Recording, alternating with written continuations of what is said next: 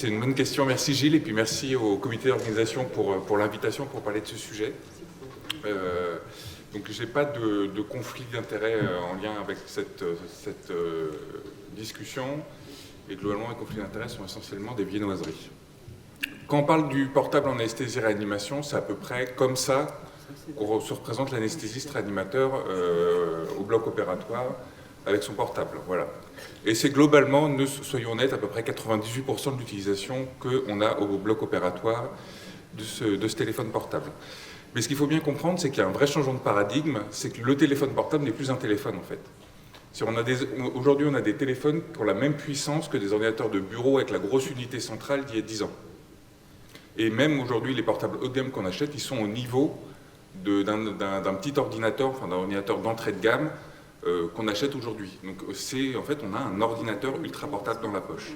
Et donc autant vous dire que les applications, même si on se concentre sur ce qui est lié à l'anesthésie-réanimation, c'est la jungle. Il y a des milliers d'applications. Donc soit je peux vous faire une liste, c'est pas très intéressant, soit je peux vous montrer un peu des exemples en fait, de ce qui existe dans différents concepts, dans différents champs de notre travail, et puis ça vous donne un petit peu une idée de où est-ce qu'on en est en termes de maturité technologique. Donc la principale utilité d'un téléphone, c'est quand même de communiquer. Voilà. Et on utilise régulièrement de la messagerie instantanée pour communiquer là-dessus. Une petite question, qui a un groupe WhatsApp pour discuter de questions professionnelles, de cas cliniques, de patients, de choses comme ça, de demander aux collègues un avis? Voilà. On est d'accord. Alors que c'est pas bien. On sait que c'est pas bien, mais c'est ce qui marche. Et quand en fait on regarde la littérature sur le sujet, eh bien, il n'y a quasi rien. Il y a des travaux, les travaux de bon niveau de preuve, c'est des travaux de pédagogie, on va dire, on a utilisé WhatsApp pour faire de l'enseignement, etc., parce qu'il n'y a pas de problème de données patients. Mais quand il s'agit de raconter ce qu'on fait tous, c'est-à-dire on demande un avis aux collègues sur un cas clinique parce qu'on ne sait pas si on doit admettre le patient ou non, etc., et il n'y a rien du tout, parce qu'en fait, comme ce n'est pas parfaitement légal, les gens ne publient pas. C'est ce qui est assez amusant. Il n'y a que 2 travaux qui ont étudié ça, qui l'ont décrit en disant nous on a fait un groupe WhatsApp, on a parlé des patients, et voilà comment on a fait. Donc ça a l'air assez efficace puisque le temps de réponse est dans les 5 minutes, et puis on voit que les groupes qui sont utilisés, ce sont des groupes, ce sont essentiellement, alors est-ce que j'ai le pointeur là, ah, c'est rigolo. On voit que c'est essentiellement pour discuter de sujets sur le patient, qu'est-ce que je fais comme traitement, on partage 25% partage de cas cliniques, etc. Les gens discutent des patients. Voilà, bon, c'est pas quelque chose qu'on peut recommander, mais c'est quand même quelque chose qui existe et qui, je pense, est l'utilisation la plus fréquente du smartphone. L'autre utilisation pertinente potentielle, c'est les aides cognitives. Il y a ce travail qui avait été fait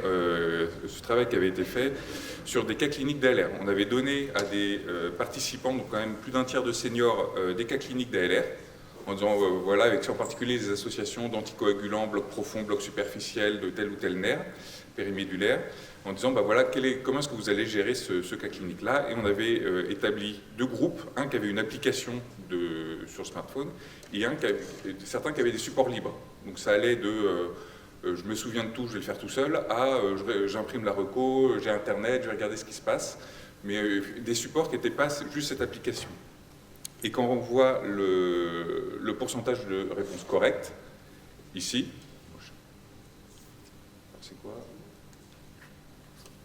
J'adore ce truc. Quand on voit le pourcentage de réponses correctes, on voit que dans le groupe qui avait cette aide cognitive sur le téléphone portable, ça faisait mieux que ceux qui utilisaient juste leur mémoire, quand on analysait le sous-groupe contrôle, mais ça faisait aussi mieux que ceux qui avaient Internet et les documents en libre accès, en fait. Le fait d'avoir une aide cognitive pas à pas, où on sélectionnait d'abord quel est l'anticoagulant, qu'est-ce que je veux faire une analgésie périmédulaire, ensuite, est-ce que je veux la mettre en place, est-ce que je veux retirer le cathéter, est-ce que je veux reprendre les anticoagulants, et finalement, le déroulé pas à pas améliorait la performance. Et ça a été confirmé en situation d'urgence, où là, ils ont utilisé le même design, c'est-à-dire un groupe contrôle qui n'avait rien du tout, un groupe aide cognitive papier et un groupe aide cognitive portable. Et on voit que ce soit à gauche sur les compétences techniques ou à droite sur les compétences non techniques, ça faisait mieux. Et même sur les compétences techniques, l'aide cognitive sur un téléphone fait mieux que je sors mon aide cognitive sur un arrêt cardiaque. Alors le problème de toutes ces études, c'est que ce sont des études de simulation, puisque je ne suis pas sûr qu'un CPP aujourd'hui autorisera à faire aide cognitive versus pas d'aide cognitive dans l'arrêt cardiaque au bloc opératoire, par exemple. Cette étude, donc ces données ont été confirmées sur une autre étude qui s'intéressait là à l'arrêt cardiaque pédiatrique, avec quand même une centaine d'internes, ce qui est beaucoup pour une étude de simulation, qui est une étude multicentrique, randomisée, donc une grosse étude de simulation. Donc bon, on voit que ça marche, mais ce qui était intéressant, c'est qu'ils ont aussi travaillé sur quel impact ça avait sur la charge mentale, sur à quel point il y avait un overload mental et à quel point c'était facile à utiliser. Et ils ont mis en évidence que non seulement c'était aussi efficace, mais que finalement sur l'item mental demande, donc que nous on traduirait en français par charge mentale, je ne sais pas exactement quelle serait la bonne traduction, et ben, il y avait moins de charge mentale dans le groupe qui utilisait l'application que dans le groupe qui avait une aide cognitive standard. Donc non seulement c'est plus efficace en termes d'oubli, on oublie moins de choses, mais en même temps on est moins surchargé d'informations dans des situations qui sont quand même des situations de crise, parce que c'est des gens qui sont en arrêt cardiaque. Et donc probablement qu'en fait l'effet pas à pas de l'aide cognitive, c'est-à-dire on coche, on passe au tableau suivant, on coche, on passe au tableau suivant, et ben on n'a pas la masse d'informations d'un coup avec l'aide cognitive où on ne sait pas s'y retrouver, où tout est mis sur le même plan et où c'est parfois difficile de s'y retrouver. Donc ça peut être intéressant.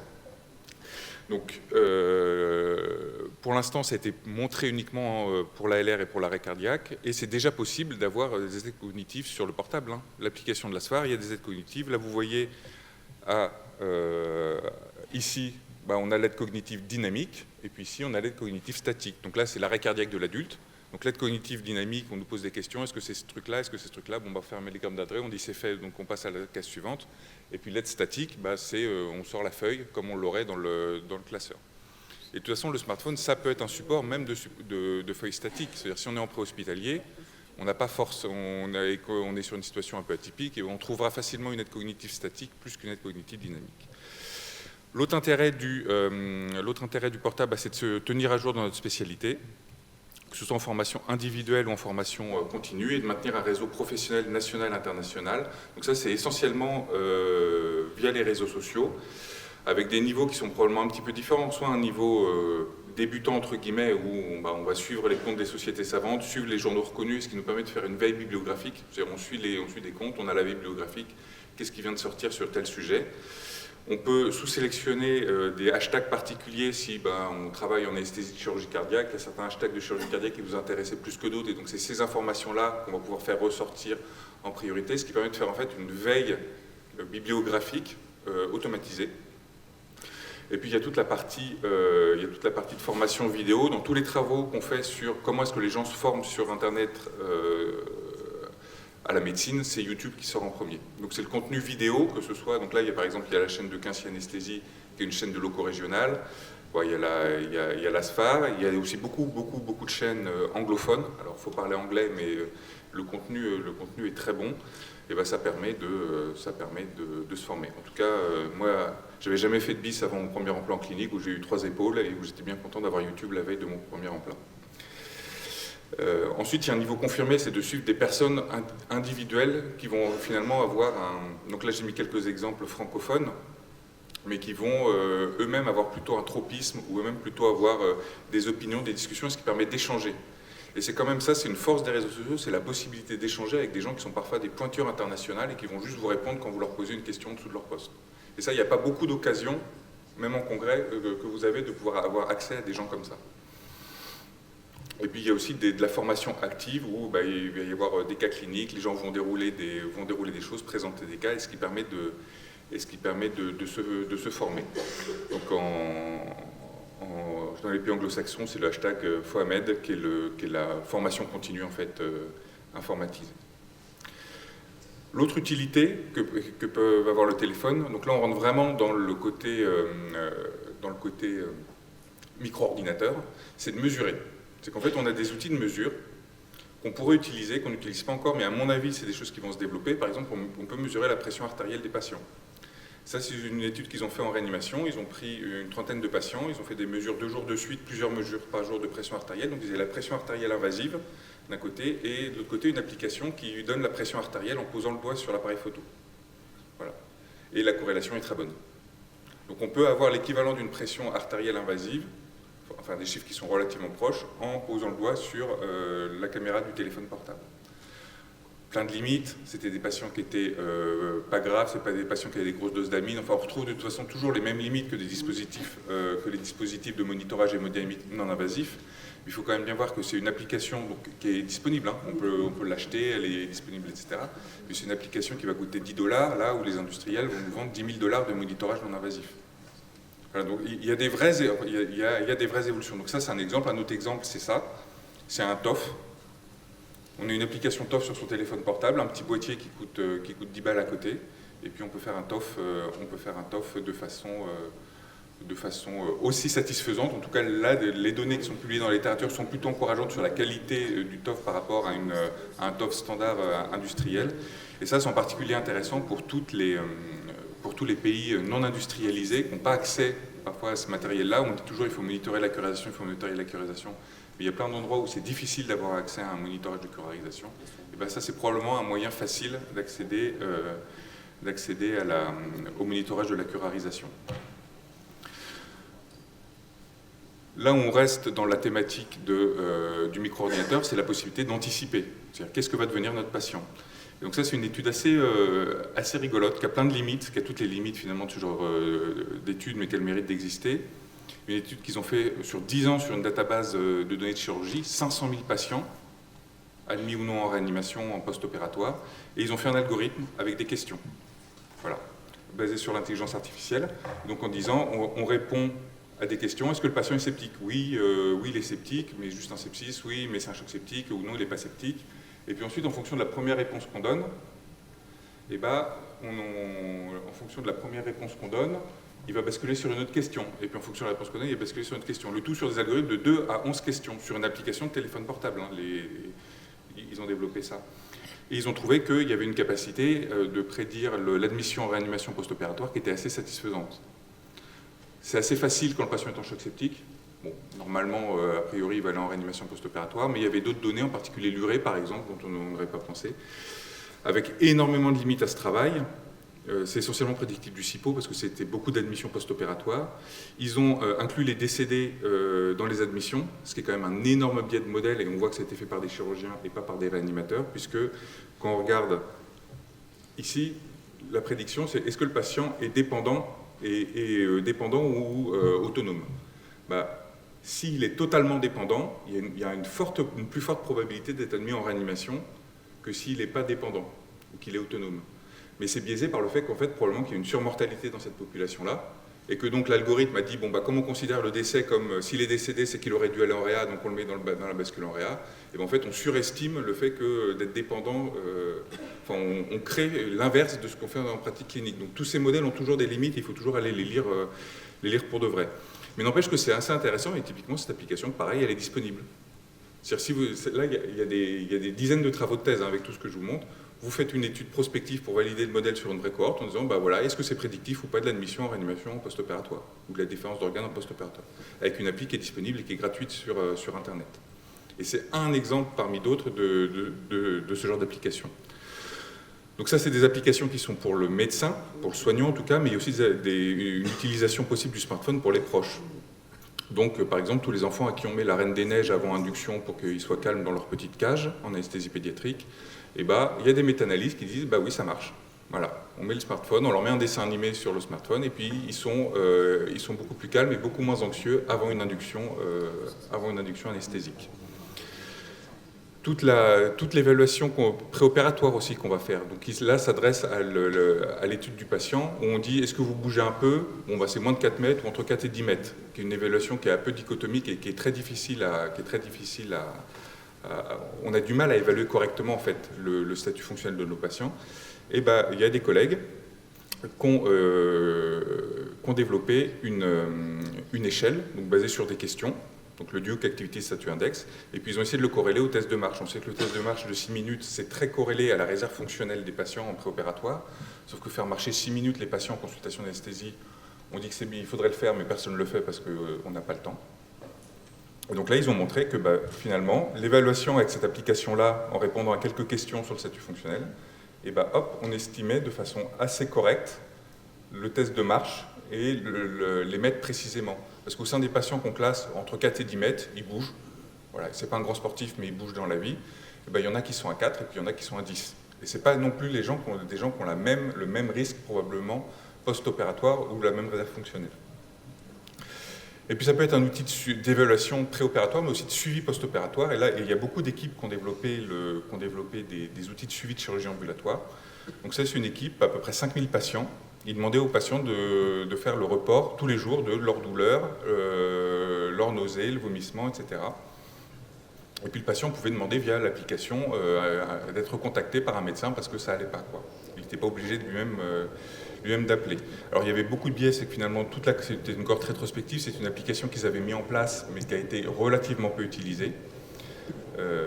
Ensuite, moi je vois quand même un intérêt important aussi, c'est l'évaluation de pratique. Parce qu'on peut voir des pics douloureux, c'est ne pas faire un suivi longitudinal de ces patients. Parce qu'on dit aux patients, si vous avez mal, recontactez-nous, mais on va avoir le biais d'être contacté que par ceux qui ont mal, et souvent très mal.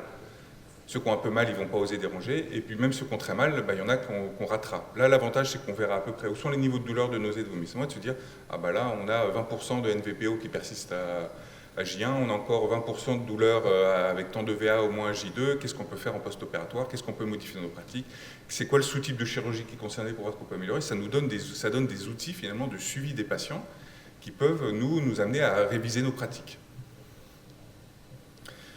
Et ces outils-là vont devenir, à mon avis, de plus en plus. Donc là, pour l'instant, il n'y a aucune recommandation dans ce domaine-là. On ne dit pas qu'il faut faire un suivi des patients par une application smartphone, mais ça commence à rentrer. Dans les guidelines européennes de réanimation cardio-pulmonaire, il y a une recommandation des sociétés européennes sur la réanimation cardio-pulmonaire qui dit qu'il faut mettre en place une politique basée sur les smartphones et les applications. En particulier, ça concerne alors nous c'est Sauve Life en France, mais ça concerne les applications finalement dont l'objectif est de trouver un témoin à proximité qui pourrait assurer la réanimation initiale en attente de l'équipe médicale. Et donc ça, c'est une recommandation d'organisation sanitaire basée sur le smartphone.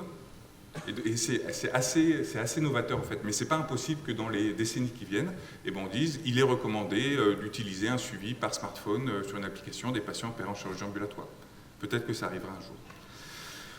Donc tout ça, ça a l'air bien pour les patients, bien pour les médecins, ça a l'air super, ça coûte pas cher, mais c'est des applications qui sont souvent non soumises à une réglementation sanitaire.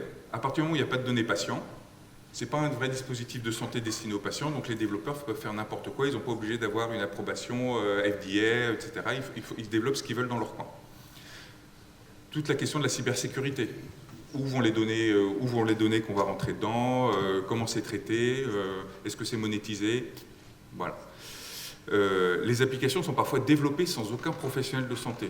Et c'est rigolo, il y a un papier d'urologie qui a étudié toutes les applis qui étaient sorties en urologie, et ils ont regardé les équipes de développement. Et ils ont vu que dans 20% des applications développées pour des chirurgiens, il y avait 0 soignant. Même pas un médecin consultant, on ne parle pas que d'un chirurgien urologue. Il n'y avait aucun soignant, et les gens, ils ont développé ça, ils ont balancé ça en disant, tenez, c'est pour les urologues.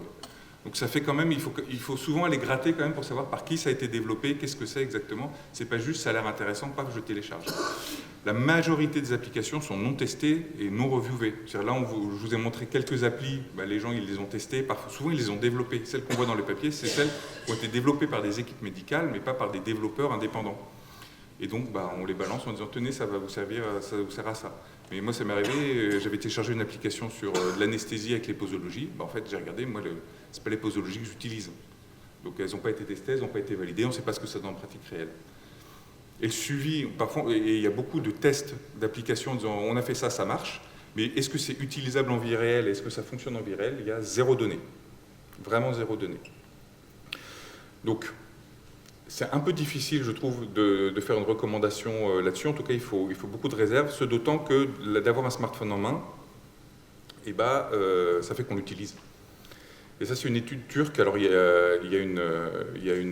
a plein d'études dans différentes populations d'anesthésie, un peu sur le sujet, qui dit pourquoi vous utilisez votre téléphone portable pendant que vous avez endormi un patient. C'est pour envoyer des messages, c'est pour jouer, c'est pour écrire des emails, aller sur les réseaux sociaux, passer un coup de fil, etc. Et j'ai pris cette étude, donc vous allez me dire pourquoi une étude turque de 2016, j'ai pris cette étude parce que j'aime beaucoup le biais cognitif qui l'illustre, à savoir, en A ici, c'était « Avez-vous déjà eu une perte d'attention ou une inobservance du patient à cause de votre utilisation du téléphone portable ?» Never. Pas moi. Est-ce que vous avez déjà constaté qu'un collègue, au cours d'une anesthésie, avait fait des erreurs d'inattention, etc. Ah oui, quand même, moi, c'est déjà arrivé, oui, un tel, etc. Et donc ça, c'est un biais cognitif qui est archi courant, qui explique pourquoi 85% des Français sont persuadés de mieux conduire que la moyenne. C'est qu'on a toujours l'impression que l'impact négatif d'un dispositif ou de quelque chose, bah, c'est pas moi, quoi, c'est les autres. Moi, je fais mieux que les autres. Voilà. Et donc, on a toujours l'impression que ça ne nous dérange pas, mais en fait, en vrai, ça a peut-être un impact. Et ça a un impact non seulement sur le soin du patient, mais aussi potentiellement sur le soignant. Parce que ça, c'est un travail qu'on avait fait donc, chez des étudiants en médecine, mais on avait fait le même chez des internes d'anesthésie et réanimation avec des résultats qui étaient un peu similaires. Et donc, ici, on a un score, c'est la corrélation entre le temps d'utilisation du téléphone portable sur les réseaux sociaux et l'addiction au téléphone portable. L'addiction au téléphone portable, c'est illustré comme je ne peux pas passer X minutes sans le sortir pour juste regarder si je n'ai pas un message, et ça va jusqu'aux troubles musculo-squelettiques, de tension de la nuque, de douleur, de choses comme ça. Donc il y a des critères d'addiction, c'est des échelles qui sont bien validées, et on voit que plus on l'utilise, plus on est addict. Ce n'est pas extraordinaire d'être addict à des choses, et surtout on voyait qu'il y avait un nombre assez significatif d'internes qui partageaient du contenu de leur stage d'externat sur les réseaux sociaux. Ouais, aujourd'hui j'ai fait ci, aujourd'hui j'ai fait ça, etc. Donc sur des applis bien dédiées, ils n'envoient pas des vidéos, ils font des snaps ou ils envoient des photos sur Instagram, mais il y a quand même du partage. Et ça, en termes de conséquences, pour l'instant en France, on ne l'a pas encore eu, pas trop, mais aux États-Unis, il y a des étudiants en médecine qui se sont fait renvoyer du cursus pour avoir fait ça. Et un jour, ça va arriver, il y aura une condamnation lourde du Conseil de l'ordre pour un problème sur les réseaux sociaux, et ce jour-là, ça créera une jurisprudence. Donc ça, c'est un vrai danger potentiel, cette utilisation du portable un peu intempestive au bloc et en réel. Quelque chose qu'on a commencé à aborder au tout début, qui était le risque, qui était la discussion d'avoir son portable en permanence sur soi. Le portable qu'on a en permanence sur soi, c'est un portable qui va se coloniser à plein de trucs, puisque nous, on l'a en permanence. Et donc ça, c'est une étude qu'ils ont fait, une équipe allemande qui a fait ça en 2012, et en 2021, ils ont pris des écouvillons, ils ont fait pouf, pouf, pouf sur l'écran du téléphone, et ils les ont mis à la bactério. Ils se sont dit, on fait une étude pendant la pandémie Covid-19, donc normalement, on devrait trouver moins de colonisation, parce que les gens vont être plus propres pendant le Covid qu'avant, et donc on devrait trouver moins de colonisation après. Pas de chance, c'est l'inverse qui s'est passé. Et donc on voit qu'on arrive à des taux, donc il y a du Staph coagulé quasiment à 100%. Ça, c'est un germe cutané, c'est avec la peau qu'on touche notre téléphone portable, c'est logique. Mais ensuite, on a quand même plus de 10% de Staph aureus, des entérocoques, pareil, plus de 10%, des entérobactéries, donc de l'Escherichia coli, du Proteus mirabilis, etc., sur l'écran de portable. Et on est sur des soignants tout secteur. Je ne vous parle pas, alors que nous, quand même, en anesthésie-réanimation, on a une certaine proximité avec le patient physique, ne serait-ce que par notre métier. Et donc je pense que si on faisait cette étude dans une sous-population d'anesthésistes-réanimateurs, ça serait pire. Et ce qui est inquiétant quand même, c'est que sur 7%, quasiment 8% des prélèvements, il y avait du SARM, de l'entérocoque résistant à l'Avanco ou du Pio ou de la Cinetobactère. Donc déjà vraiment méchant, et on est en Allemagne. Ce que je veux dire, c'est qu'on n'est pas au fin fond de la Grèce ou de la Turquie, on se dit, bon, d'accord, ok, ils n'ont pas la même écologie que nous, c'est l'Allemagne, et ils ont plutôt une un peu meilleure écologie que nous, les Allemands. 8% de germes quand même à haut risque nosocomial et qui sont vraiment embêtants. Et quel que soit le germe, il y en a beaucoup plus en 2021 qu'en 2012. Voilà. Et pourquoi? Alors qu'on dit, c'était pendant le Covid, on se lavait les mains toutes les 5 minutes, etc. C'est parce que le portable, il est dans la poche. Voilà. Avant, dans les années 2010, moi, j'ai commencé mon internat, je n'avais pas de smartphone, ça n'existait pas encore. Ça commençait tout juste à sortir. Voilà. Et je ne suis pas très très vieux. Voilà. En tout cas, j'ai moins de 75 ans. mais il y a eu une évolution, et donc quand les portables sont arrivés, moi j'ai commencé mon internat en 2009, quand les portables sont arrivés, les gens ils laissaient leur portable, c'était un truc un peu fragile, un peu machin, les gens laissaient leur portable dans leur manteau, dans leur bureau, etc. On n'avait pas encore ce réflexe de se balader avec tout le temps. Mais maintenant on l'a tous dans notre poche de blouse, au bloc, on l'a autour du cou, dans une poche du pyjama de bloc, etc. C'est rentré dans les mœurs et on a quasiment doublé pas complètement, mais eux, dans leur cohorte, alors encore une fois, c'est du monocentrique, etc., mais ils avaient doublé le nombre de gens qui l'avaient en permanence sur eux au travail. Bah, ça a augmenté le nombre de germes qu'il y avait, forcément. Quand on va travailler auprès de patients qui ont des germes avec notre téléphone portable, et ben, on augmente la colonisation. Donc dites-vous que dans la salle, là, quand vous allez regarder vos messages ou quand vous êtes en train de le faire, il y en a à peu près 10% qui sont en train de se laver les mains avec une entérobactérie. Enfin la limite qu'on a déjà un petit peu pointée sur le fait d'avoir une distraction qui est liée au téléphone portable. Jusqu'ici, il y avait beaucoup d'études qui étaient très subjectives. Est-ce que vous êtes distrait, pas distrait? Ah oui, un peu distrait. Bon. Et il y a des études de psychologie, je ne vous en montre pas les résultats, parce que autant vous dire que l'interprétation de papiers de psychologie, ce n'est pas exactement la même chose que nos papiers médicaux, ils n'ont pas les mêmes tests, etc. C'est basé sur des temps de réponse, sur du go-no-go, enfin, un petit peu complexe, mais il y a des chercheurs qui commencent à s'intéresser à l'impact neurocognitif, finalement, de l'utilisation active du téléphone portable, dans des bonnes revues, hein. Enfin, c'est Scientific Reports pour les deux. Et globalement, la littérature semble être assez consensuelle sur le fait que, on est moins vigilant, on travaille moins vite, on réagit moins vite, enfin, on est moins performant cognitivement quand on est en train d'utiliser notre téléphone portable. Voilà. C'est un peu intuitif, mais n'empêche qu'il y a des gens qui l'ont montré en disant on est moins bon quand on est en train sur notre portable à côté d'un patient endormi que quand on surveille le patient endormi. Et donc je pense qu'il y a quand même une vraie question qui n'a jamais été étudiée. C'est quel est le danger potentiel pour les patients de l'utilisation du téléphone portable. Voilà. Le nombre d'incidents, de petits incidents, de petites désaturations, de retard de prise en charge de l'hyperpression artérielle en fonction ou non, il faudrait presque faire une étude randomisée, portable autorisé, portable pas autorisé, et repérer. Ça sera jamais décès, pas décès, mais sur des petits critères, des petits retards de prise en charge, des petites choses comme ça, je pense qu'il y a des choses qui pourraient sortir. Puis je serais intéressé aussi de comparer les taux d'infection nosocomiale dans les services en fonction du taux de soignants qui ont leur téléphone portable dans leur poche. Voilà. Ça n'a pas été fait non plus. Plein de sujets de thèse. Donc, est-ce qu'il y a une conclusion ? Je ne sais pas trop. En vrai, je vous ai présenté, je pense, 1% de la littérature là-dessus. Donc ça, c'est quelques exemples de ce qui a été fait aussi. Il y a des gens, ils ont fait une application pour calculer l'impact en CO2, des halogénés. On rentre combien on fait d'halogénés, à combien le circuit est ouvert, etc. On voit l'impact carbone de notre anesthésie en direct. Il y en a qui ont fait ça pour le suivi des familles après un syndrome post-réanimation. Il y en a qui ont fait ça, ça c'était rigolo, une application pour dire aux gens comment se mettre tout seul en décubitus ventral pendant le Covid. Voilà. Pour faire du DV vigile. Il y a plein de choses, quoi. Enfin, vraiment, il y a plein de choses. Et donc, et ça compte pas. Il y a le biais de publication de l'arbre qui est dans la forêt touffue, avec toutes les autres applications qui, elles, n'ont jamais été testées. Ce qui s'inscrit en plus dans une inflation technologique qu'on est en train de voir, avec les enceintes connectées, les montres qui nous donnent en direct notre taux de cholestérol, ou les lunettes de réalité virtuelle avec des équipes qui sont en train de développer, qui ont développé des lunettes de VR où en fait on a le rappel du scope du patient dans une partie du champ de vision, ce qui permet, quel que soit finalement ce qu'on fait, même si on est au café, on a en permanence le scope du patient sur les lunettes. Donc autant vous dire, et l'enceinte connectée, moi j'imagine le respirateur dans quelques années, on dira baisse le CV à 2% de fraction expirée, et il dira je baisse le CV à 2% de fraction expirée, on n'aura même plus à tourner la molette. Enfin, on va vers et donc le smartphone s'inscrit en plus là-dedans et tout va interagir les uns avec les autres. Donc c'est compliqué. Et quand l'iPhone est sorti, il y a une quinzaine d'années je dirais, la pub c'était il y a une application pour ça. Je ne sais pas si les plus vieux s'en souviennent, mais c'était, l'iPhone, there is an app for that.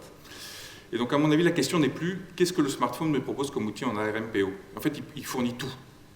Il fournit tout, et si vous vous dites, moi, j'aimerais travailler sur la prédiction de l'hyperglycémie en post-opératoire de chirurgie cardiaque programmée de la femme, et il y a des développeurs, il y a plein de sociétés de développement qui vous disent, pour X quelques milliers d'euros, on vous développe votre app. On vous fait ça, on vous prédit, Donc en plus, maintenant, il y a la possibilité de créer des applications pour une utilisation dont on aura envie. Et donc à mon sens, la vraie question, c'est de quoi j'ai besoin, moi, dans ma pratique, et quelle application est disponible, ou quelle application je peux créer pour ça. En fait, il faut changer de paradigme, et on ne va plus aller chercher des choses dont on a, en disant qu'est-ce qui existe et qu'est-ce qui pourrait m'intéresser dans ma pratique. C'est de dire vraiment, moi j'ai envie de faire ça, et je vais aller chercher quelque chose pour faire ça. À mon avis, c'est comme ça qu'il faut raisonner. Voilà, je vous remercie de votre attention.